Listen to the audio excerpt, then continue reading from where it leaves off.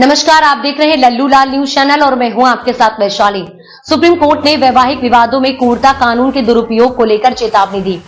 जहां बेंगलुरु के एक आईटी पेशेवर ने अपनी पत्नी और ससुराल वालों के कथित उत्पीड़न के कारण आत्महत्या कर ली, वहीं सुप्रीम कोर्ट ने एक अलग मामले में महिलाओं द्वारा उनके पतियों के खिलाफ दायर किए गए वैवाहिक विवादों में क्रूरता कानून के दुरुपयोग को लेकर चेतावनी दी है। सुप्रीम कोर्ट ने मंगलवार को कहा कि दहेज उत्पीड़न के मामलों में अदालतों को कानून के दुरुपयोग को रोकने के लिए सतर्क रहना चाहिए और पति के रिश्तेदारों को बिना कारण परेशानी में डालने से बचाना चाहिए, क्योंकि इन मामलों में अक्सर पति के रिश्तेदारों को फंसाने की प्रवृत्ति देखने को मिलती है। न्यायमूर्ति बीवी नागरत्ना और न्यायमूर्ति एन कोटेश्वर सिंह की पीठ ने कहा कि जब तक ये स्पष्ट आरोप न हो कि परिवार के सदस्य सक्रिय रूप से किसी अपराध में शामिल हैं, तब तक उनके नाम को पहली बार में ही आरोपित नहीं किया जाना चाहिए।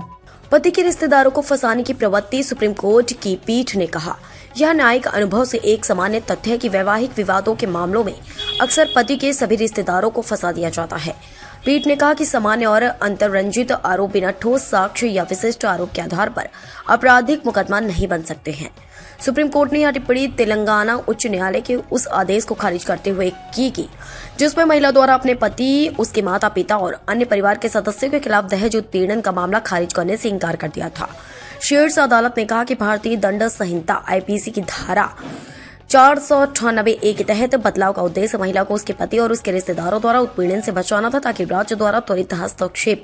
सुनिश्चित किया जा सके। वैवाहिक विवादों में बढ़ोतरी, पीठ ने कहा, हालांकि पिछले कुछ वर्षों में देश भर में वैवाहिक विवादों में महत्वपूर्ण वृद्धि देखी गई है, जिसके परिणाम स्वरूप विवाह संस्था के भीतर बढ़ती असहमति और तनाव है और इसके कारण धारा 498A जैसे प्रावधानों का दुरुपयोग करने की प्रवृत्ति बढ़ी है, जिससे पत्नी अपने पति और उसके परिवार के खिलाफ व्यक्तिगत द्वेष को बढ़ावा देती है। पीठ ने कहा कि ऐसे मामलों को प्रोत्साहित नहीं किया जाना चाहिए। अदालत ने कहा कि धारा 498A को लागू करने का मुख्य उद्देश्य महिलाओं को ससुराल में उत्पीड़न से बचाना है, जो अवैध रूप से संपत्ति की मांग के कारण होता है।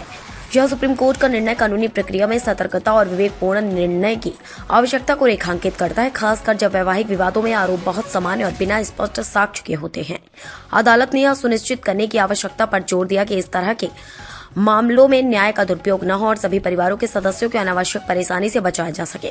वहीं अदालत ने महिलाओं के अधिकारों की रक्षा के लिए कानून को एक सशक्त उपाय बताया, बशर्ते उसका दुरुपयोग न हो।